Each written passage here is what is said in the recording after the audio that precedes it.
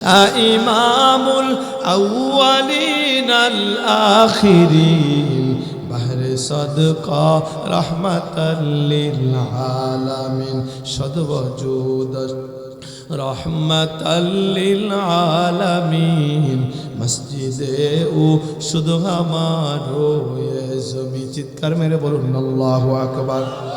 নবীর সাহাবী সিদ্দিক আকবর হযরত আবু বকর সিদ্দিক রাদিয়াল্লাহু তাআলা আনহু দুনিয়াতেই তিনি জান্নাতের টিকিট প্রাপ্ত সাহাবী। এত দাম, এত সম্মান, এত শান তিনি কিভাবে পাইলেন? কেন তিনি উম্মতের মধ্যে সবচেয়ে বেশি সম্মানিত? এই কথার এই প্রশ্নের অন্যতম জবাব হলো, উত্তর হলো এটা, আল্লাহর নবীর সাহাবী হযরত আবু বকর সহ সাহাবায়ে কেরাম সব সময় চেষ্টা করতেন, আল্লাহর ভয় নিয়ে চলতেন, এই দেহের মধ্যে যেন কোনো হারাম না ঢুকে। নবী বলেছেন, ক্বালা রাসূলুল্লাহ সাল্লাল্লাহু আলাইহি ওয়াসাল্লাম লা ইয়াদখুলুল জান্নাত জাসাদুন বুদিয়া বিল হারাম। যেই দেহের মধ্যে হারাম ঢুকবে ওই দেহ কখনো জান্নাতে যাবে না। ও মুসলমান, নবীর সাহাবী হযরত আবু বকর সিদ্দিক রাদিয়াল্লাহু তাআলা আনহু 3 দিনের ক্ষুধার্ত। জোরে বলেন কয়দিন? একদিন আর 2 দিন না, 3 দিনের ক্ষুধার্ত। এক বেলার 2 বেলা না, 9 বেলার ক্ষুধার্ত মানুষ। এত ক্ষুধার্ত মানুষ খাবার পায় না খাওয়ার জন্য। নবীর সাহাবী হযরত আবু বকর সিদ্দিক রাদিয়াল্লাহু তাআলা নূর গোলাম হঠাৎ করে 3 দিন পরে তার সামনে রুটি আর গোশত হাজির করছে। আল্লাহর নবীর সাহাবী হযরত আবু বকর 3 দিনের ক্ষুধার্ত মানুষ গোলাম রে ডাক দিয়া বলতেছে, গোলাম রে, তুমি তো আজকে মজাদার খাবার পাকাইলা, কই পাইলা তুমি এই খাবার? দাও, আমাকে দাও। আল্লাহর বান্দা হযরত আবু বকর সিদ্দিক রাদিয়াল্লাহু তাআলার সামনে খাবার পেশ করলেন। 3 দিনের ক্ষুধার্ত মানুষ একটু রুটি নিয়ে এক টুকরা গোশত নিয়ে সাথে সাথে খেয়ে ফেলছেন। খাওয়ার পরে জিজ্ঞাসা করতেছে, গোলাম রে, তুমি খাবারটা কোথায় পাইলা? আল্লাহর বান্দা গোলাম জবাব দিতেছে, আমি বহুদিন পূর্বে একজনকে ঝাড়ফুঁক করছিলাম। ঝাড়ফুঁক করার পরে আল্লাহর বান্দা ভালো হয়ে গেছে। সে গরিব থাকার কারণে আমাকে কিচ্ছু দিতে পারে নাই। এখন সে ধনী হয়েছে, তার মোটামুটি টাকা পয়সা হয়েছে, এই জন্য তার মেয়ের আজকে বিবাহ, ভালো খাবারের আয়োজন করেছে, আমাকে রুটি গোশত দিয়েছে। কিন্তু আপনি 3 দিন না খায়া থাকা ক্ষুধার্ত মানুষ, এই জন্য আমি আপনার কাছে পেশ করলাম। সিদ্দিক আকবর নবীর সাহাবী হযরত আবু বকর ডাক দিয়া বলে, রে গোলাম, তুমি যে ওই আল্লাহর বান্দারে ঝাড়ফুঁক করছিলা, তুমি কি আল্লাহর নামে করছিলা নাকি গায়রুল্লাহর নামে করছিলা? ও মুসলমান, আমাদের এটা সবার ভালো করে জানা আছে। আপনি আমি গরু জবাই করি, ছাগল জবাই করি, মুরগি জবাই করি, হাঁস জবাই করি, আল্লাহর নাম না নিয়া যদি কেউ গায়রুল্লাহর নামে এগুলা জবাই করে, ওই গোশত কি হালাল নাকি হারাম? ওলামায়ে কেরাম আছে, জিজ্ঞাসা কইরা নিবেন। আল্লাহর নাম ছাড়া গায়রুল্লাহর নামে যদি গরু জবাই হয়, ওই গরুর গোশত খাওয়া হালাল নয়। আল্লাহর নাম ছাড়া গায়রুল্লাহর নামে যদি ছাগল জবাই হয়, ওই ছাগলের গোশত আমাদের জন্য হালাল না, বরং হারাম। হযরত আবু বকর সিদ্দিক বলে, রে গোলাম, তুমি যে আল্লাহর বান্দারে ফু দিলা, আল্লাহর নামে দিলা নাকি গায়রুল্লাহর নামে দিলা? আল্লাহর বান্দা গোলাম কয়, আমি তো তখন মুসলমান ছিলাম না, আমি তো তখন আল্লাহকে চিনতাম না, এই জন্য আমি গায়রুল্লাহর নামে দিয়েছি। আবু বকর কয়, গোলাম রে, তোর খাবারটা তো খাওয়া আমার জন্য ঠিক হয় না, তাড়াতাড়ি পানি আন। হযরত আবু বকর পানি পান করলেন। পানি পান করার পরে ওই হারাম খাবার পেট থেকে বের করার জন্য গলার মধ্যে আঙ্গুল দিয়া দিয়া দিয়া দিয়া বমি করতে করতে করতে করতে যতক্ষণ পর্যন্ত পেট থেকে ওই হারাম গোশতের টুকরা রুটি বের না হয়েছে, ততক্ষণ আল্লাহর বান্দা বমি করেছে। আল্লাহু আকবার। দুনিয়ায় সদাকত মে তেরা নাম রহেগা, दुनियाए सदाकत में तेरा नाम रहेगा, सिद्दीक तेरा नाम से इस्लाम रहेगा, सिद्दीक तेरा नाम से इस्लाम रहेगा, दुनियाए सदाकत में तेरा नाम रहेगा, उमर तेरा नाम से इस्लाम रहेगा, उमर तेरा नाम से इस्लाम रहेगा। ও মুসলমান, হযরত আবু বকর সিদ্দিক রাদিয়াল্লাহু তাআলা আনহু বমি করে করে গলার মধ্যে আঙ্গুল দিয়া বমি করে করে এক পর্যায়ে যখন তার পেট থেকে ওই গোশতের টুকরা আর রুটি বের হয়ে গেছে, তখন মালিকের শুকরিয়া আদায় করছে, মালিক হারাম খাবার পেটের মধ্যে রাখি নাই, তোমার ভয়ে প্রচন্ড ক্ষুধার্ত হওয়ার পরেও আমি আমার হারাম খাবারটা পেট থেকে বের করে নিয়েছি। আমার বাইরে এই জন্য আল্লাহ তাআলা প্রশ্ন করবে, গোলাম ওয়ান মালিহি মিন আইনা ইকতাসাবা, কিভাবে তুমি তোমার সম্পদ আয় করলা? এই জন্য যদি আমি আপনি সত্যিকার অর্থের মুসলমান হয়ে থাকি, মুসলমান সমাজের মধ্যে বহু আব্দুল্লাহ পাওয়া যায়। আব্দুল্লাহ মানে হলো আল্লাহর গোলাম, নাম রাখছে আল্লাহর গোলাম, কিন্তু আল্লাহর কোনো গোলামের মধ্যে নাই, আছে নাকি না? নাম রাখছে আব্দুল মুমিন ইমানদার, কিন্তু ইমানের কাজের কাছে তারে পাওয়া যায় না। এই জন্য শুধু নামে মুসলমান রাখলে হবে না, মুসলমানের কাজ করতে হবে। কথা বলেন ঠিক না বেটি? মুসলমানি বুয়া गर्दन नेहादान एनाने खुद बदस्ते खाजा दादान गर्बा सूरत आदमी इंसा बुदे अहमद बु जहलो हम एक साबुदे। रे दुनियार मानुष ओ मंगल शिकदारेर मुसलमान, শুধু নামে মুসলমানিত্ব থাকলেই হবে না, বরং ইসলাম অর্থ হলো আত্মসমর্পণ করা, আল্লাহর সামনে আত্মসমর্পণ করা। আমি আপনি আল্লাহর সামনে আত্মসমর্পণ করতে হবে, মাথাটাকে নত করে দিতে হবে। মাথাটাকে নত করে দিয়া আল্লাহ তাআলার সকল বিধিবিধান মানার জন্য নিজের সাথে অঙ্গীকার করতে হবে। কথা বলেন ঠিক না বেটে? তবেই আমি আপনি সত্যিকার অর্থে মুসলমান হইতে পারবো। না হয় নামে মুসলমান রাখলে কি হবে, কিন্তু অরিজিনাল মুসলমান আমি আপনি হইতে পারবো না। কথা বলেন ঠিক না বেটি? আল্লাহ তাআলা প্রশ্ন করবেন, ওয়ান মালিহি মিন আইনা ইকতাসাবা, মাল তুমি কিভাবে কামাইলা? মুসলমান আজকে আমরা যে টাকাওয়ালা, আজকে আমরা যে জমিওয়ালা, এগুলা কি মায়ের পেট থেকে নিয়ে আসছি নাকি আল্লাহ দিয়েছেন?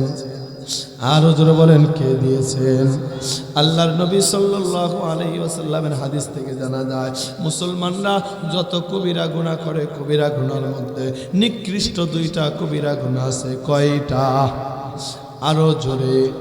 একটা কবিরা গুনাহ হলো বখিলি করা, কৃপণতা করা, আর একটা কবিরা গুনাহ হলো কাপুরুষতা। আল্লাহর নবী দোয়া করতেন, আল্লাহুম্মা ইন্নী আউযু বিকা মিনাল হাম্মি ওয়াল হাযান ওয়াল জুবনি ওয়াল বুখল। আল্লাহ নবী বলতেন, আল্লাহ আমি আপনার কাছে বখিলতা, কৃপণতা থেকে আশ্রয় চাই, আমি আপনার কাছে কাপুরুষতা থেকে আশ্রয় চাই। এই জন্য মুসলমান, আল্লাহর দেওয়া সম্পদ, আমাকে আপনাকে আল্লাহ যদি রিক্সাওয়ালা বানাইতেন কিছু করার ছিল না। আমাকে আপনাকে যদি আল্লাহ এই এলাকার ফকির বানাইতেন কিচ্ছু করার ছিল না। আমাকে আপনাকে আল্লাহ যদি দরিদ্র বানাইতেন কিচ্ছু করার ছিল না। আমাকে আপনাকে আল্লাহ যদি নিম্ন শ্রেণীর বানাইতেন কিচ্ছু করার ছিল না। কিন্তু আমাকে আপনাকে আল্লাহ তাআলা যতটুকু সম্পদ দিয়েছেন, যতটুকু অর্থ দিয়েছেন, আরেকবার বলেন এগুলার মূল মালিক কে? আরো বলেন কে? দুনিয়ার টাকা পয়সার জন্য আমি আপনি পাগল। দুনিয়ার টাকা পয়সার জন্য কত পিটাপিটি মারামারি আমরা করি। দুনিয়ার টাকা পয়সার জন্য, স্বর্ণ রূপার জন্য কত পাগল হয়ে যায়। অথচ আল্লাহ তাআলা কুরআনুল কারীমের মধ্যে বলেছেন, ওয়া আখরাজাতিল আরদু আথকালাহা। কিয়ামতের ময়দানে যখন আল্লাহ তাআলা পৃথিবীটাকে ঝাঁকুনি দিবেন, এবং ঝাঁকুনি দেওয়ার পরে জমিন তার মধ্য থেকে সব কিছু বের করে দিবে। তাফসীরের মধ্যে আসছে, জমিন তার মধ্যে যা আছে সব কিছু উপরের দিকে নিক্ষেপ করবে। কি কি নিক্ষেপ করবে? আই কুনুজাহা ওয়া মাউতাহা, যত খনিজ সম্পদ আছে সব কিছু জমিন বের করে দিবে। যখন কিয়ামত কায়েম হয়ে যাবে, মানুষগুলা কবর থেকে উঠে হাসরের ময়দানের দিকে দৌড়াবে, আমি আপনি দৌড়াবো। জমিনের মধ্য থেকে সকল খনিজ সম্পদগুলো উঠে যাবে। খনিজ সম্পদ যেমন কিসের খনিজ সম্পদ? তেলের খনি আছে, স্বর্ণের খনি আছে, টাকার খনি আছে। আছে না নাই? জোরে বলেন, কথা বলেন, আছে না নাই? আজকে আমি আপনি এই টাকার জন্য পাগল হয়ে আছি, স্বর্ণের জন্য পাগল হয়ে আছি, কয়লার জন্য পাগল হয়ে আছি, তেলের খনির জন্য পাগল হয়ে গেছি। অথচ যেদিন কিয়ামত কায়েম হয়ে যাবে, জমিনের মধ্য থেকে স্বর্ণের চাকা আমি আপনি পায়ের নিচে রাইখা মারাতে মারাতে হাসরের দিকে দৌড়াবো, টাকার বান্ডিল পড়ে থাকবে, কেউ কোনোদিন সেই দিকে কেউ একবারের জন্য ভ্রুক্ষেপ করবে না। কথা বলেন ঠিক না ব্যাঠি? এই জন্য সেই কিয়ামতের দিন আসার আগে আগে আল্লাহ রাব্বুল আলামিন আমাদেরকে যারকে যতটুকু দিয়েছেন ততটুকু সম্পদের যেন হিসাব আমরা দিতে পারি, এই জন্য সামর্থ্য অনুযায়ী আল্লাহর জন্য খরচ করব। পারবো তো ইনশাআল্লাহ? কথা বলেন, পারবো তো ইনশাআল্লাহ? তাবুক যুদ্ধে যাবে নবীজি, আল্লাহর নবী সাহাবায়ে কেরাম তিলা আমারতুহুম বিসওয়াক। আমি নবী যদি আশঙ্কা না করতাম আমার উম্মতের জন্য কষ্ট হয়ে যাবে, এই আশঙ্কা যদি না করতাম, আমি মেসওয়াক করাকে আমার উম্মতের জন্য ফরজ করে দিতাম। ও মুসলমান, বলে হুজুর মেসওয়াকের লাভটা কি? মেসওয়াকের লাভ হলো, সবচেয়ে বড় লাভ হলো, কিতাবের মধ্যে আসছে, আমি আপনি নবীর উম্মতরা যদি মেসওয়াকের আমল ঠিক মতো করে ইনশাআল্লাহ, তাহলে তার মৃত্যুর আগে তার জবানে কালেমা নসিব হবে। আরো জোরে বলেন না সুবহানাল্লাহ। আরেকটা লাভ হলো, এই জাগত রমজান মাস আসতেছে, এই রমজান মাসের ব্যাপারে হাদিসের মধ্যে আসছে, কেউ যদি একটা ফরজ ইবাদত করে আল্লাহ তাআলা তাকে 70টা ফরজ ইবাদতের সওয়াব দিবে। কেউ যদি 1 রাকাত নামাজ পড়ে আল্লাহ তাকে 70 রাকাত নামাজের সওয়াব দিবেন। ও মুসলমান, এটা তো হলো শুধু রমজানের জন্য কাজ। বড় আশ্চর্য হয়ে যাবেন, এমন একটা আমল আছে যে আমলটা করলে 1 রাকাত নামাজের 70 রাকাত নামাজের সওয়াব আপনি অন্য 11 মাসেও পাবেন। ওই আমলটা অন্য কোনো আমল না, ওই আমলটা হলো মেসওয়াকের আমল। কোন আল্লাহর বান্দা, কোন নবীর উম্মত যদি ঠিক মতো মেসওয়াক করে, ওযুর সময় নামাজের সময় যদি মেসওয়াক করে করে নামাজ আদায় করতে পারে, কিতাবের মধ্যে আসছে, তাহলে তার প্রত্যেক রাকাত নামাজে সে 70 রাকাত নামাজের সওয়াব পাবে। ও মুসলমান, এত বড় দামি ইবাদত, এত বড় দামি সুন্নাত, দেখা যায় কখনো কেউ যদি কিনতে চায় 20 টাকা দিয়ে কিনতে পাওয়া যায়, আবার কেউ যদি কয় আমার কাছে 20 টাকা নাই, তাহলে সে 10 টাকা দিয়েও কিনতে পারে। কেউ যদি বলে হুজুর 10 টাকাও নাই, 20 টাকাও নাই, তাহলে পাশে কেজা গাছ আছে, বাইট গাছ আছে, বিভিন্ন গাছ দিয়া 1 বিঘা লম্বা আঙ্গুলের মতো চিকন, এইরকম একটা মেসওয়াক বানায় মেসওয়াক করলেই সে এই সওয়াবের ভাগী হয়ে যাবে। আল্লাহু আকবার। এত দামি সুন্নাত আমরা ছাড়বো না ধরবো? ছাড়বো না ধরবো? জবানে কালিমা নসিব হওয়ার ব্যাপারে আরেকটা কথা, হাকিমুল উম্মাত মুজাদ্দিদুল মিল্লাত আশ-শাফিঈ থানভী রাহমাতুল্লাহি আলাইহির মালফুজাতের মধ্যে আসছে, ওনার এক মুরিদ ওনাকে জিজ্ঞাসা করতেছে, হুজুর আমাকে এমন একটা আমলের কথা বলে দেন যে আমলটা করলে জবানে মৃত্যুর আগে আমার জবানে কালেমার শাহাদাত নসিব হবে। আল্লাহর বান্দা হযরতে আশরাফ আলী থানভী রাহমাতুল্লাহি আলাইহি বলেন, ওরে উম্মত, ওরে মুরিদ, আমার ছাত্ররে, তুমি ভালো করে ওযু করবা, ভালো করে ওযু করার পরে 2 রাকাত সালাতুল হাজত নামাজ পড়বা। সালাতুল হাজত নামাজ পড়ার পরে তুমি কালেমায়ে শাহাদাত পাঠ করবা, এরপরে দোয়া, এরপরে তুমি দুরূদ শরীফ পড়ে দোয়া করবা, আল্লাহর কাছে কান্নাকারি করে দোয়া করবা, আর আল্লাহকে বলবা, আল্লাহ গো, এই ঈমানের আমানত, এই ঈমান আমি আপনার কাছে আমানত রাখলাম, মৃত্যুর আগে আগে আপনি আমার জবানে কালেমা নসিব করে দিয়ে। আল্লাহ রাব্বুল আলামিন কুরআনুল কারীমের মধ্যে বলেছেন, ইয়া আইয়ুহাল্লাযীনা আমানুত্তাকুল্লাহ হাক্কা তুকাতিহি, হে ঈমানদারেরা তোমরা আল্লাহকে ভয় করো, ভয় করার মতো ভয়, ওয়ালা তামুতুন্না ইল্লা ওয়া আনতুম মুসলিমুন, মুসলমান না হয়ে কবরে আসিও না, মুসলমান না হয়ে কবরে আসিও না। আমি একটু জানতে চাই, আমি আপনি মুসলমান হয়ে কবরে যাইতে পারবো? এই গ্যারান্টি কেউ দিতে পারবেনি? আমি আপনি ঈমান নিয়ে যে মরতে পারবো এই গ্যারান্টি দিতে পারবো না। তাহলে আল্লাহ তাআলা কেন বললেন মুসলমান না হইয়া কবর আসিও না? তাহলে কিভাবে মুসলমান হয়ে যাওয়া যাবে? তাফসীরের মধ্যে আসছে, কোনো আল্লাহর বান্দা যদি তার জীবনে আল্লাহর নবীর সুন্নতের উপরে চলে, আল্লাহর নবীর আদর্শের উপরে চলে, ইনশাআল্লাহ আশা করা যায় আল্লাহ তার জবানে মৃত্যুর আগে কালেমা নসিব করায়া তারে মুসলমান বানায়া কবরে নিবে। আমার ভাইরা, 2 নম্বর বিষয় আগত রমজান। এই যে রমজান, এটা হলো আমাদের ইবাদতের মৌসুম। কিসের মৌসুম? আরো জোরে বলেন। ব্যবসায়ীদের ব্যবসায়ের একটা মৌসুম আছে, কৃষকের কৃষির একটা মৌসুম আছে, আছে নাকি নাই? আমাদেরকে আল্লাহ তাআলা ইবাদতের একটা মৌসুম হিসাবে রমজান মাস দিয়েছেন। এই রমজান মাসকে কাজে লাগানোর জন্য আমাদের কিছু প্রস্তুতির দরকার আছে। 1 নাম্বার প্রস্তুতি নিতে হবে, আগে ভাগে এখন থেকে পাক্কা এরাদা করতে হবে, পাক্কা নিয়ত করতে হবে রমজানকে কাজে লাগানোর জন্য। এখন থেকে দিলের মধ্যে তামান্না রাখতে হবে। কথা বলেন ঠিক না বেড়ে? 2 নাম্বার প্রস্তুতি, দোয়া করতে হবে, দোয়ার আমল বাড়ায় দিতে হবে, আল্লাহর কাছে দোয়া করতে হবে, আল্লাহ এত দামি মাস আপনি না দিয়া আমার কবরে নিয়েন না। আল্লাহ গো, আল্লাহুম্মা বারিক লানা ফি রজব ওয়া শাবান। আয় আল্লাহ, রমজান এবং শাবান মাসে আমার হায়াতের মধ্যে বরকত দেন। ওয়াবাল্লিগনা রমাদান, ওই রমজানের অফুরন্ত নিয়ামতের মাস আপনি আমাকে পাওয়ার তৌফিক দান করেন। আরো প্রস্তুতি হিসাবে এখন থেকে ইরাদা করতে হবে, পাক্কা ইরাদা। কিভাবে ইরাদা?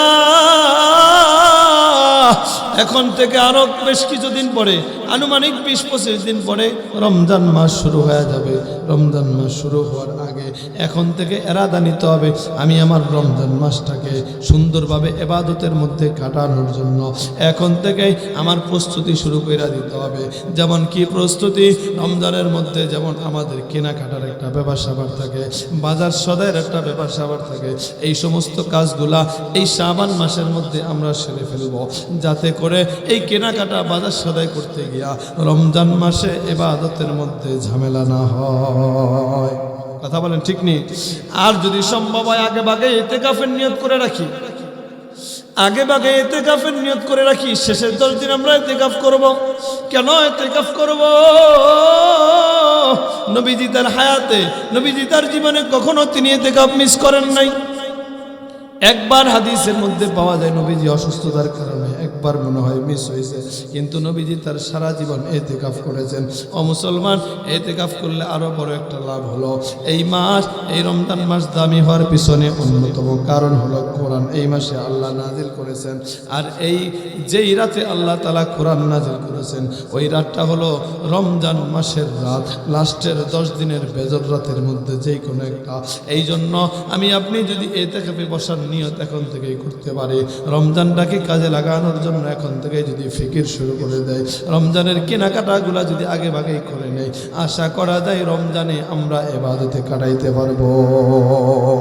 কথা বলেন ঠিক না বেটি? রমজানের প্রস্তুতির জন্য অত্যন্ত গুরুত্বপূর্ণ একটা আমল হলো এখন থেকে নামাজের প্রতি মনোযোগ দেওয়া। কিসের প্রতি? জোরে বলেন, কিসের প্রতি? অনেক মুসলমান এমন আছে, আপনি যদি বলেন ভাই এখনো আপনি এখনো নাফরমানির মধ্যে লিপ্ত আছেন, এখনো আল্লাহর ইবাদত শুরু করতেছেন না, দেখবেন কেউ কেউ আপনারে জবাব দিবে, হুজুর রোজা এলো, রোজা এলে সোজা হয়ে যাব, রোজা এলে কি হয়ে যাব? পুরা সোজা হয়ে যাব। হুজুর গো, রোজা আসলে দেখবেন ঠিক মতো রোজা রাখবো, নামাজ পড়বো, তেলাওয়াত করবো, এই কর্ম সেই কর্ম সব কর্ম। আল্লাহর কসম করে বলি, আপনি রমজানকে কাজে লাগানোর জন্য রমজান মাসে যদি ঠিকমতো নামাজ পড়তে হয়, এখন থেকেই আপনাকে নামাজের প্রতি অভ্যস্ত হওয়া লাগবে। হুট করে আপনি পারবেন না, হুট করে পারা যাবে না। এখন থেকে নামাজের প্রতি আগের চেয়ে আরো বেশি যত্নশীল হওয়া লাগবে। আগের চেয়ে আরো বেশি মনোযোগ বাড়ায় দেন, আগের চেয়ে আরো বেশি ইবাদত বাড়ায় দেন, আগের চেয়ে এখন আরো বেশি নফল নামাজ বাড়ায় দেন, আগের চেয়ে এখন আরো বেশি নফল ইবাদত বাড়ায় দেন। তাহলে আশা করা যায় রমজান মাসটা আমি আপনি সুন্দরভাবে কাজে লাগাইতে পারবো। আল্লাহ তাআলা রমজানের যে অফার আমাদেরকে দিয়েছে, এই অফার আমরা যেন পুরাপুরি আয়ত্ত করতে পারি, আমরা যেন পুরাপুরি সেটার হক আদায় করে রমজানের এই অফারটা যেন নিতে পারি। আল্লাহ আমাদের সবাইকে কবুল ও মঞ্জুর করেন, আমিন। আমার আল্লাহ বলে, গোলাম ইন্নাল ইনসানা লাফি খুসর, तमाम পৃথিবীর সকল মানুষ ক্ষতির মধ্যে আছে, তবে চারটা গুণ থাকলে তুমি ক্ষতি থেকে বাঁচতে পারবা। ইল্লাল্লাযীনা আমানু, এক নম্বরে ঈমান আনা লাগবে। ঈমান হলো তিন জিনিসের নাম। আমরা এই তিনটা জিনিস ঠিক রেখা ঈমানদার হতে পারবো তো ইনশাআল্লাহ? পারবো তো ইনশাআল্লাহ? দুই নম্বরে ওয়া আমিলুস সালিহাত, নেক আমল করতে হবে। নেক আমলের ভিতরে পৃথিবীর মধ্যে সবচেয়ে দামি আমল হলো নামাজ পড়া। কি পড়া? আরো জোরে বলেন, কি পড়া? ওয়া আমিলুস সালিহাত, নামাজ হলো আল্লাহ তাআলার সাথে সম্পর্ক করার মাধ্যম। আরে মুসলমান, নামাজ হলো সকল সমস্যার সমাধান। সকল সমস্যার সমাধান কি? জোরে বলেন কি? আল্লাহ রাব্বুল আলামিন কুরআনুল কারীমের সূরাতুল বাকারার মধ্যে বলেন, ইয়া আইয়ুহাল্লাযীনা আমানুস্তাঈনু বিস-সাবরি ওয়াস-সালাহ। এরে ঈমানদার আমার বান্দা বান্দিরে, তুমি আমার কাছে সাহায্য চাইবা দুইটা জিনিসের মাধ্যমে। তোমার ঘরে খাবার নাই, তাড়াতাড়ি ভালো করে ওযু করে 2 রাকাত নামাজ পড়ে আমাকে বলে রাখো। আমি আল্লাহর কাছে চাও, তুমি বান্দারে যদি নামাজের মতো নামাজ পড়তে পারো, ঘরে যাওয়ার আগে আগে আমি আল্লাহ তোমার চাউলের ব্যবস্থা করে দিব। নবীর এক সাহাবী ঘরে গেছে, স্ত্রীকে বলতেছে, প্রাণের স্ত্রী খাবার আসেনি, খাবার দাও। স্ত্রী কয়, না না না, খাবারের কিচ্ছু নাই। এবার স্বামী সাহাবী, নবীর সাহাবী মসজিদে চলে গেছে, 2 রাকাত নামাজ পড়ছে, পড়িয়া আল্লাহ তাআলার কাছে কান্নাকাটি করেছে, মালিক তুমি বলেছো যত সমস্যায় পড়ো 2 জিনিসের মাধ্যমে আমার কাছে সাহায্য চাইবা। 1 নম্বরে তুমি ধৈর্য ধারণ করবা, সবর করবা। 2 নম্বরে নামাজের পরে, নামাজ পড়ার পরে তুমি আমার কাছে দোয়া করবা, আমি আল্লাহ তাআলা তোমার সব কিছুর ব্যবস্থা করে দিব। আল্লাহর নবীর সাহাবী নামাজ পড়ে আল্লাহর কাছে দোয়া করে বাসায় গেছে, যা বলতেছে, স্ত্রী রে কোনো খাবারের ব্যবস্থা হয়েছে নি? স্ত্রী কয়, না না না। আবারও সাহাবী মসজিদে চলে গেছে, ভালো করে ওযু করে 2 রাকাত নামাজ পড়ে আবারও আল্লাহ তাআলার কাছে কান্নাকাটি শুরু করছে। ও মুসলমান, হাদিসের মধ্যে আসছে, এইভাবে যতক্ষণ পর্যন্ত খাবারের ব্যবস্থা না হয়েছে আল্লাহ তাআলার কাছে কান্নাকাটি করতে কোনো অলসতা করে না। সুবহানাল্লাহ বলবেন না? আমার আল্লাহ বলে, গোলাম নামাজ হলো তোমার সমস্যার, সকল সমস্যার সমাধান। সব সমস্যার সমাধান হলো নামাজ। আজকে আমরা নামাজের মতো নামাজ পড়তে পারি না, আল্লাহ তাআলার সাথে সেইভাবে সম্পর্ক করতে পারি না। এই জন্য বিভিন্ন সমস্যা আমাদেরকে চাইপা রাখছে, কোনো সমস্যা আমাদের থেকে যাইতেছে না। কথা বলেন ঠিক না ঠিক?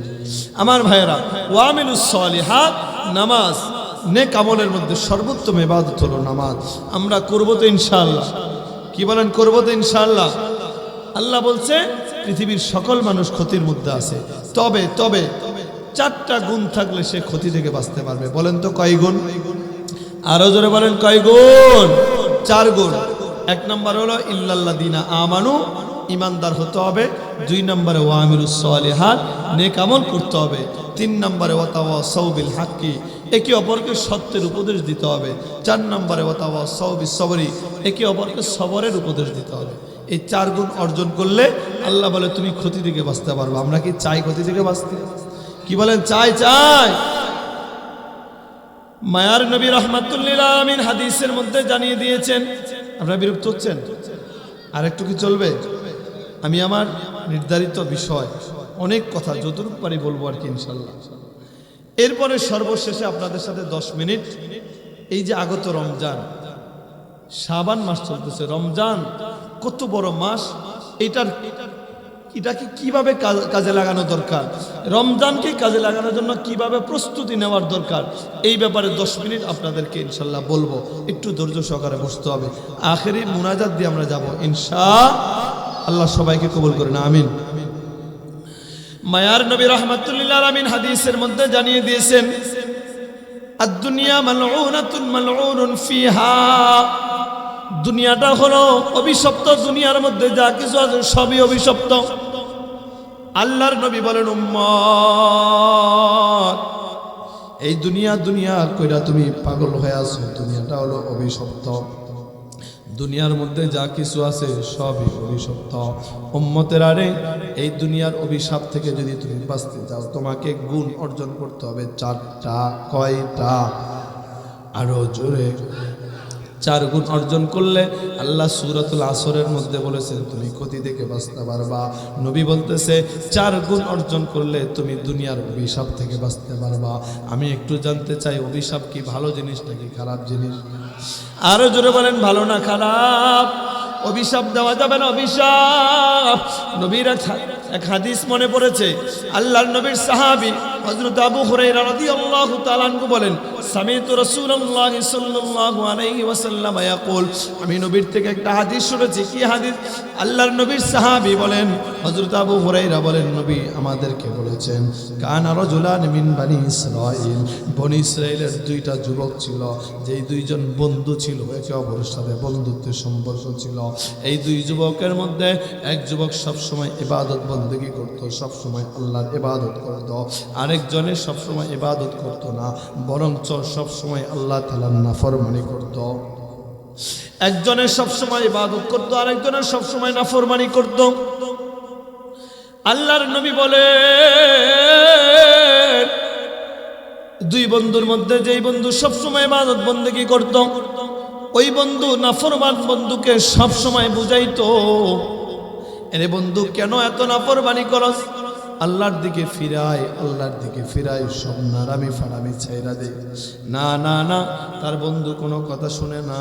নবী হাদিসের মধ্যে বলেন, যেই বন্ধু ইবাদত করত, ওই বন্ধু একদিন রাস্তা দিয়ে যাওয়ার সময় দেখতেছে রাস্তার পাশে বসে বসে ওই তার আরেক বন্ধু বসে বসে নাফরমানি করতেছে।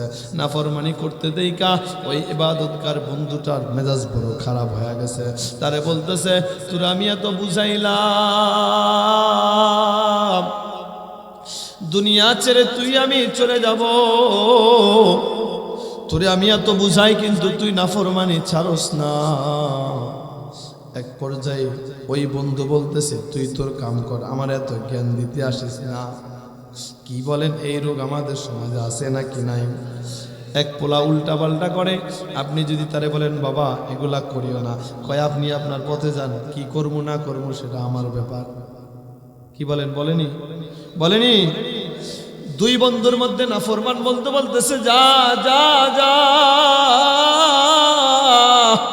তুই তোর পথ ধর, আমি কি করি না করি সেটা আমার ব্যাপার।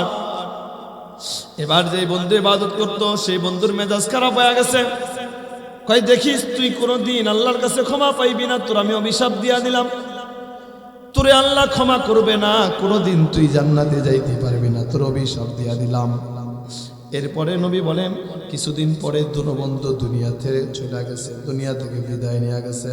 বিদায় নেওয়ার পরে 2 জনকে আল্লাহ তাআলা কাঠগড়ায় দাঁড় করাইছে। কাঠগড়ায় দাঁড় করানোর পরে যেই বন্ধু ইবাদত বন্দেগী করত, সেই বন্ধু ওই যে বন্ধুরে অভিশাপ দিয়া দিছে, তুই কখনো আল্লাহ তাআলার ক্ষমা পাইবি না, আল্লাহ তাআলার জান্নাতে তোর জায়গা নাই। ওই বন্ধুকে, ওই ইবাদতওয়ালা যুবককে আল্লাহ বলতেছে, রে যুবক, আল্লাহ তাআলা রাগে তারে বলতেছে, তুমি যে বললা, তুমি তোমার বন্ধুরে বললা তোরে আল্লাহ কখনো ক্ষমা করবে না, আমি কি তোমার কাছে ওহী পাঠাই বলছিলাম নাকি আমি তারে ক্ষমা করব না? বুঝুন নাই? এই পাকনামি তুমি করছো কেন? আমি কি তোমাকে বলছি যে আমি তারে ক্ষমা করব না? তুমি বললা তুই কখনো জান্নাতে যাইতে পারবি না, কেন জান্নাতের মালিকানা কি তোমারও অর্ধেক দিলাম নাকি আমি? আল্লাহ বলতেছে তারে ধমক দিয়া, যে তুমি এত বড় স্পর্ধা কোথায় পাইলা যে তুমি তোমার বন্ধুকে বলতেছো তোরা আল্লাহ ক্ষমা করবে না, তুই জান্নাতে যাইতে পারবি না। ও মুসলমান, মানুষ যত বড় অপরাধ করুক আল্লাহর কাছে ফিরে আসলে আল্লাহ ক্ষমা করবেন কি করবেন না? চিল্লা বলেন, করবেন কি করবেন না? আমার আল্লাহ এরপরে বলেন ওই নাফরমান ওই যুবককে বলতেছে, যুবক রে, তোর বন্ধু তোরে বলছিল তোরে নাকি আমি ক্ষমা করব না, জান্নাতে তোরে নাকি দিব না, যা যা যা, আমি আল্লাহ রহমতের চাদরটা একটু আলাদা করে তুই সোজা জান্নাতে চলে যা। আমার আল্লাহ বলে, গোলাম যত বড় গুনাহগার হও রে গোলাম, আমি আল্লাহর রহমত থেকে নিরাশ হও না। ও মুসলমান, আমি আপনি দুনিয়া ছেড়ে চলে যাব, দুনিয়া ছেড়ে বিদায় হয়ে যাব। কোন সময় মালাকুল মাউত আমার আপনার বাড়িতে চলে আসে কেউ তো জানি না। এই জন্য মরার আগে আগে আমাদেরকে মৃত্যুর জন্য আখেরাতের প্রস্তুতি নেওয়ার দরকার আছে নাকি না? কবর পথে যাত্রী তুমি, কয়দিন থাকবা দুনিয়া,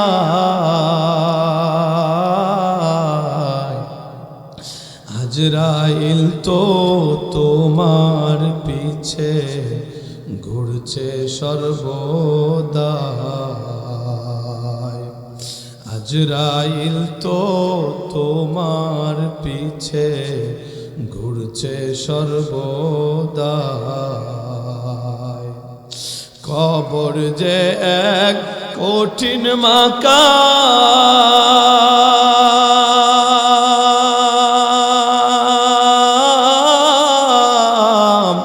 পূর্বে ধরা পাপী তামাম। কবর যে এক কঠিন মাকাম, পূর্বে ধরা পাপী তামাম। ছলছাতুরি করার মতো, ছলছাতুরি করার মতো জায়গা সে তো না, চারবিহারার কাঁধে চৈরা নিবারে বিদায়, আজরাইল তো আমার পিছে ঘুরছে সর্বদা। যাইতে হবে সবই ছাড়ি,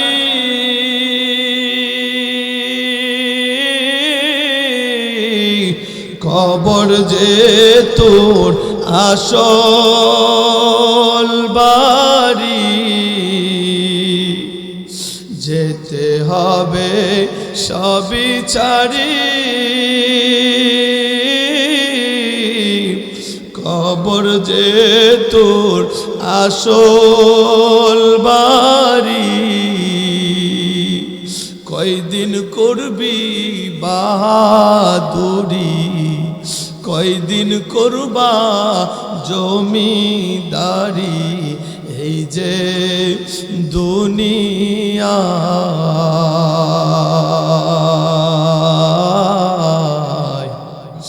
আজরাইল তো তোমার পিছে ঘুরছে সর্বদা, আজরাইল তো আমার পিছে ঘুরছে সর্বদা। আমার মুসলমান ভাইরা, পর্দার আম্মা জান গভীর মনোযোগ। নবীর সাহাবী হযরত আব্দুল্লাহ ইবনে মাসউদ রাদিয়াল্লাহু তাআলা আনহু বলেন, আল্লাহর হাবিব সাল্লাল্লাহু আলাইহি ওয়াসাল্লাম বলেছেন, লা তাজালু কদামা ইবনু আদম ইয়াউমাল কিয়ামাতি হাত্তা ইউসআলা আন খামসিন। কিয়ামতের ময়দানে আল্লাহর নবী বলেন, কিয়ামতের ময়দানে কোনো আদম সন্তান 5টা প্রশ্নের উত্তর দেওয়া ছাড়া তার পাটাকে সামান্য পরিমাণও নাড়াইতে পারবে না। কয় প্রশ্ন? আর হুজুরে বলেন, এক নম্বর প্রশ্ন হলো আন উমরিহি ফিমা আফনা। আল্লাহ বলেন গোলাম, আল্লাহ বলবেন বান্দারে, তোমাকে আমি যে আল্লাহ 40 বছর 50 60 70 80 বছর 100 বছর একটা হায়াত দিলাম, ওরে গোলাম এই হায়াতটাকে তুমি কোন কাজে ব্যয় করলা, তুমি কিভাবে ব্যয় করলা, আজকে হিসাব দাও, হিসাব দাও। আমি যে তোমাকে 40-50 বছরের হায়াত দিলাম, কিভাবে ব্যয় করলাম? আমি আল্লাহ রাতের পরে দিন আনলাম, দিনের পরে রাত আনলাম, রাত দিনের 24 ঘন্টা হায়াত, রাত দিন 24 ঘন্টার সময় যে তোমারে দিলাম, এই নেয়ামতের তুমি কতটুকু কদর করলা, আজকে তুমি হিসাব দাও। ও মুসলমান, আমি একটু জানতে চাই, রাত এবং দিন, রাতের পরে দিন দেয় কে? দিনের পরে রাত দেয় কে? যদি কিয়ামত পর্যন্ত রাত না হয়, শুধু দিনই থাকে, আমাদের ভালো লাগবেনি? লাগবেনি? আল্লাহ তাআলা যদি কিয়ামত পর্যন্ত রাতের পরে দিন আর না দেয়, সূর্য যদি না উঠে, আমাদের কাছে ভালো লাগবেনি? কথা বলেন, ভালো লাগবেনি? কুরআনুল কারীমে সূরাতুন নাহলের মধ্যে আল্লাহ বলেন, কুল আরাআইতুম ইন জাআলাল্লাহু আলাইকুমুল লাইলা সারমাদান ইলা ইয়াউমিল কিয়ামাতি মান ইলাহুন গায়রুল্লাহি ইয়াতিকুম বিদিয়া। আল্লাহ বলেন, নবী আপনি আপনার উম্মতদেরকে জানায়া দেন, ওরে পৃথিবীর মানুষ, আল্লাহ রাব্বুল আলামিন এই রাতের পরে যদি দিন না দেয়, আল্লাহ যদি সূর্য না উঠায়, পৃথিবীর এমন কে আছে যে সূর্য উঠাইতে পারবে? পারবেনি? আরো জোরে বলেন, পারবেনি? আমার আল্লাহ বলেন, কুল আরাইতুম ইন জাআলাল্লাহু আলাইকুমুন নাহারা সারমাদান ইলা ইয়াউমিল কিয়ামাতি মান ইলাহুন গায়রুল্লাহি ইয়াতিকুম বিলাইলিন তাসকুনুনা ফি। আল্লাহ বলেন, নবী আপনি আপনার পৃথিবীর উম্মতদেরকে জানায়া দেন, ও উম্মতেরা রে, আল্লাহ তাআলা যদি এই দিনের পরে যদি কখনো রাত না দেয়, আল্লাহ ছাড়া পৃথিবীর আর কারো সেই শক্তি আসেনি? আছে। এই জন্য রাত দিন আল্লাহর পক্ষ থেকে নিয়ামত। আল্লাহর নবী বলেন, কিয়ামতের ময়দানে 5টা প্রশ্নের উত্তর দেওয়া ছাড়া কোন আদম সন্তান তার পা নাড়াইতে পারবে না। 1 নাম্বার আন উমরিহি ফিমা আফনা। আল্লাহ বলবেন, গোলাম আমার বান্দা বান্দিরে, আমি আল্লাহ যে তোমার একটা হায়াত দিলাম 40 50 60 70 80 বছর 100 বছর, এই হায়াতটা তুমি কিভাবে কাটাইলা? ও মুসলমান, এই প্রশ্নের জবাব কি আমরা ঠিক মতো দিতে পারবো নি? কি বলেন? এই মুহূর্তে প্রশ্ন হলে পারবেন? আমার আল্লাহ বলবেন, গোলাম জবাব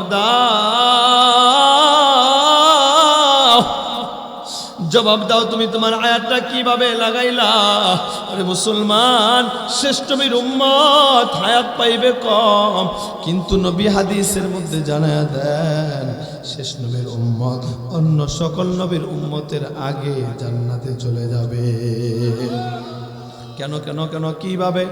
শেষ নবীর উম্মতের হায়াত কম হইতে পারে, কিন্তু এই কম হায়াতের মধ্যে আল্লাহ তাআলা তাদেরকে ইবাদত করবে একটা, কিন্তু আল্লাহ সেটাকে 10 গুণ এমনকি 700 গুণ পর্যন্ত আল্লাহ বাড়ায় দিবে। আমার নবী বলেন, 2 নাম্বার প্রশ্ন করবে আন শাবাবিহি ফিমা আবলা। 2 নাম্বার প্রশ্ন হবে, আল্লাহ তাআলা 2 নম্বরে প্রশ্ন করবে, তোমার যে 60 বছর জিন্দেগির মধ্যে তুমি প্রথমে ছোট ছিলা, শিশু ছিলা, নাবালেগ ছিলা, কোনো আমল তোমার হয় নাই, আমল নামা তোমার লেখা শুরু হয় নাই। তুমি যখন জোয়ান হয়েছিলা, জোয়ান হওয়ার পর থেকে তুমি তোমার যৌবনকালটা কিভাবে ব্যয় করলা একটু বলো না? ও মুসলমান, এই প্রশ্ন করলে আমাদের যুবকরা কি প্রশ্নের উত্তর দিতে পারবে নাকি ধরা খাওয়া যাবে? আরো জোরে বলেন। আমাদের সমাজের যুবকগুলো এখন তো মোবাইল নিয়ে ব্যস্ত, গেমস নিয়ে ব্যস্ত। কথা বলেন ঠিক না ভাই? ঠিক। ক্লাস 10-এ পড়ে, 9-এ পড়ে, ইন্টার ফার্স্ট ইয়ার সেকেন্ড ইয়ারে পড়ে, এই পোলাপান সারাদিন মোবাইল নিয়ে ব্যস্ত হয়ে আছে, খেলাধুলা নিয়ে ব্যস্ত হয়ে আছে, অবৈধ প্রেম প্রীতি নিয়ে ব্যস্ত হয়ে আছে। চিল্লা বলেন ঠিক না ব্যাঠি? আজকে আমাদের যুব সমাজ নষ্ট হওয়ার পিছনে সবচেয়ে বড় কারণ হলো মোবাইল। কি জোরে বলেন? কি ছোট্ট একটা অকি আপনাদেরকে শোনা দেই। এক বাবা এক বাবা তার সন্তানকে স্কুলে পড়াইতেছে, সন্তান পড়তেছে ক্লাস 6-এ। কিসে? কথা বুঝেন নাই? কিসে? 6-এর ছেলে একদিন কয়, আব্বা আমি বিয়া করব। কি করবো? এখন 6-এর পোলা যখন বলে যে আমি বিয়া করবো, বাবার অবস্থা মাথা মুথা আছে আর ঠিক কয়, বাবা বিয়া করবা, ভালো কথা, একটু বড় হও, লেখাপড়া করো, মানুষ হও, আমরা দেখে শুনে তোমাকে বিয়ে করাই দেব। ছেলে কয়, আপনাদের কষ্ট করে দেখতে হবে না, আমার অলরেডি দেখা আছে, আমি যারা দেখে রাখছি ওই মেয়ের পিছনে আরো 5 জন লাইন লাগায় রাখছে, তাড়াতাড়ি বিয়ে করে দেয়, কে নিয়ে যায় কে জানে। এবার বাবা চিন্তা করলো এই রোগের ঔষধ পৃথিবীর কোনো MBBS ডাক্তার দিতে, কোনো FCPS ডাক্তার দিতে, কোনো প্রফেসর, সিনিয়র প্রফেসর কেউ দিতে পারবে না। এই রোগের ঔষধ পৃথিবীতে আবিষ্কার হয় নাই। তবে হ্যাঁ, একটা ঔষধ আছে, ওয়ানুনাজ্জিলু মিনাল কুরআনি মা হুয়া শিফাউ ওয়া রাহমাতুল লিল মুমিনিন। কুরআনুল কারীমের মধ্যে আল্লাহ বলেন, গোলাম, পৃথিবীর যত ধরনের সমস্যা হোক, যত ধরনের রোগ হোক, শারীরিক রোগ হোক, বাহ্যিক রোগ হোক, অথবা ভিতরের রোগ হোক, কলবের রোগ হোক, সব রোগের চিকিৎসা শেফা কোরআনের মধ্যে আছে না নাই? এবার বাবার মাথায় আছে এই রোগের ঔষধ পৃথিবীর কোনো ডাক্তার না দিতে পারলেও আল্লাহ যদি রহমত করে তাহলে হয়তো আমার ছেলের মাথা থেকে ভূত যাইতে পারে, এই রোগ সারতে পারে। কি করতে হবে? দৌড়ে গেছে মসজিদের ইমাম সাহেবের কাছে, হুজুর বিপদে পড়ে গেছে, কি হয়েছে? আমার পোলা 6-এ পড়ে, বিয়া করতে চায়, জোর মেহেরবানি করে পোলাটার একটু বুঝান। কি করেন? বলেন বলেন, কি করেন? পোলাটার একটু বুঝান। হুজুর বলতেছে আপনার ছেলেরে পাঠায়া দেন। ছেলে তো বুঝছে কেন আমারে পাঠাইতেছে। ছেলে হুজুরের কাছে গেছে, যায়, হুজুর নাস্তা খরচ যা লাগে সব দিব, আব্বার একটু বুঝান, আব্বার একটু বুঝান। হুজুরে পড়ছে এবার বিপদে। আমি যেই কথাটা বোঝানোর জন্য আপনাদেরকে বললাম সেটা হলো, একটা ক্লাস 6-এর ছেলে বিয়ে করতে চাই কেন? এমনি এই পোলা ক্লাস 2 থেকে মোবাইল টিপা শুরু করছে। এই ক্লাস 2 থেকে মোবাইল টিপতে টিপতে টিপতে টিপতে বিভিন্ন বেহায়াপনা দেখছে, উলঙ্গ নারীদেরকে দেখছে, এরপরে অশ্লীলতাগুলা দেখে তার ভিতরে এখন বিয়ে করার প্যারাউস। কথা বুঝেন নাই?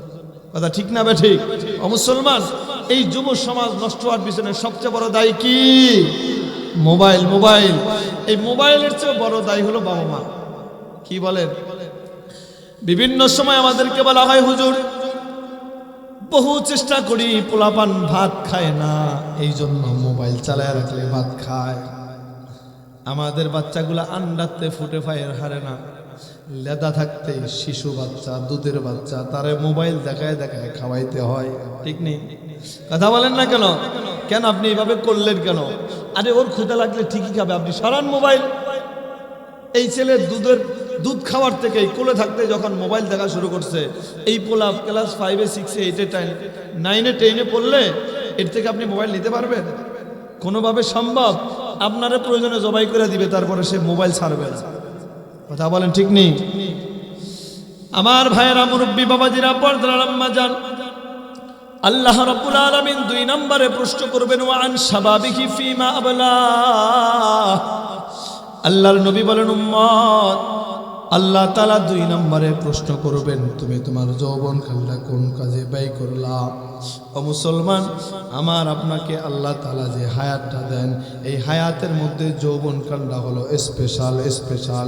আরেকটা হায়াত, আরেকটা হাদিসের মধ্যে নবী বলেন, সাবাতু ইউদিল্লুহুমুল্লাহু ফি দিল্লিহি ইয়াওমা লা দিল্লা ইল্লা দিল্লুহ। কিয়ামতের কঠিন ময়দানে যখন আল্লাহ তাআলার আরশ ছাড়া, আল্লাহ তাআলার আরশের ছায়া ছাড়া কোনো ছায়া থাকবে না, মানুষগুলা বড় পরেশান হয়ে থাকবে। কঠিন ওই দিনে আল্লাহ বলে, আমি 7 শ্রেণীর মানুষকে আমার আরশের নিচে ছায়া দিব। আল্লাহ আল্লাহ क्या मुबारक नाम है, अल्लाह अल्लाह आशिकों का काम है। আমার আল্লাহ বলেন আমি কিয়ামতের ময়দানে 7 শ্রেণীর মানুষকে আমার আরশের নিচে ছায়া দিব। এর মধ্যে এক শ্রেণী আছে যে ওই ব্যক্তি ওই যুবককে আল্লাহ তাআলা ওই ব্যক্তিকে আল্লাহ তাআলা আরশের নিচে ছায়া দিবেন যার দিলটা সব সময় মসজিদের দিকে লেগে থাকে। ইমামুন আদিল শাবুন নাশা ফি ইবাদাতিল্লাহ।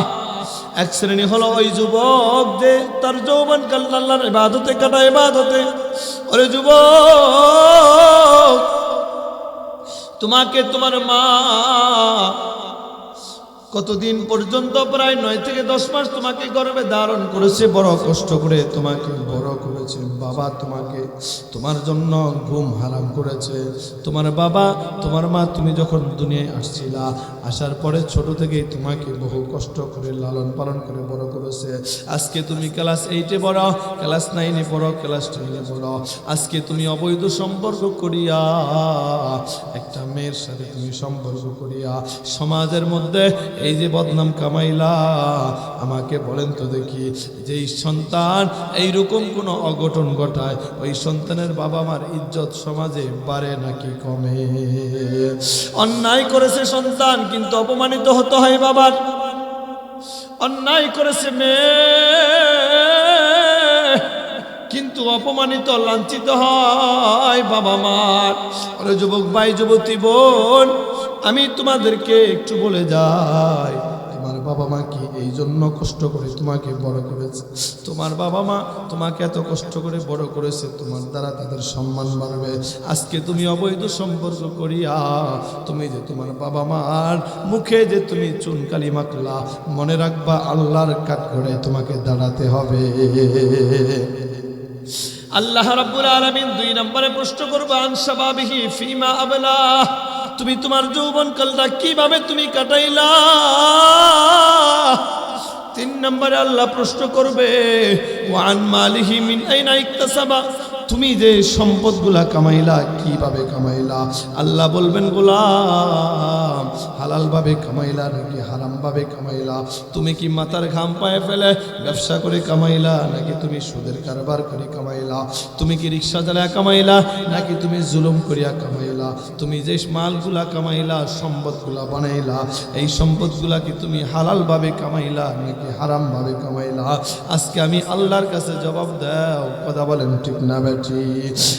ইমামুল আউয়ালিন আল আখিরিন বাহরে সদকা রহমাতাল লিল আলামিন সদওয়াজুদ রহমাতাল লিল আলামিন মসজিদে ও শুধু আমারো জমি। চিৎকার মেরে বলুন আল্লাহু আকবার। আমার ভাইরা, নবী জানাজার উম্মত 3 নম্বরে তোমাকে প্রশ্ন করবে মাল তুমি কিভাবে কামাইলা? ও মুসলমান, প্রয়োজনে মরে যাব তারপরে হারাম খাবো না, হারাম খাবো না। প্রয়োজনে রিক্সা চালায়া হালাল কামাবো, তারপরেও সুদের কারবার করবো না। রাজি আছে তো ইনশাআল্লাহ? ও মুসলমান, যদি আপনি মনে করেন আমি দুনিয়াতে সব সময় থাকতে পারবো না, আমাকে নির্ধারিত হায়াত শেষ হওয়ার পরে আল্লাহ তাআলা নিয়ে যাবেন, আমাকে আল্লাহর কাঠগড়ায় দাঁড়াতে হবে, তাহলে আল্লাহ তাআলার ভয় নিয়া প্রয়োজনে না খেয়ে মরে যাব, তারপরেও হারাম খাবো না। রাজি আছি তো ইনশাআল্লাহ?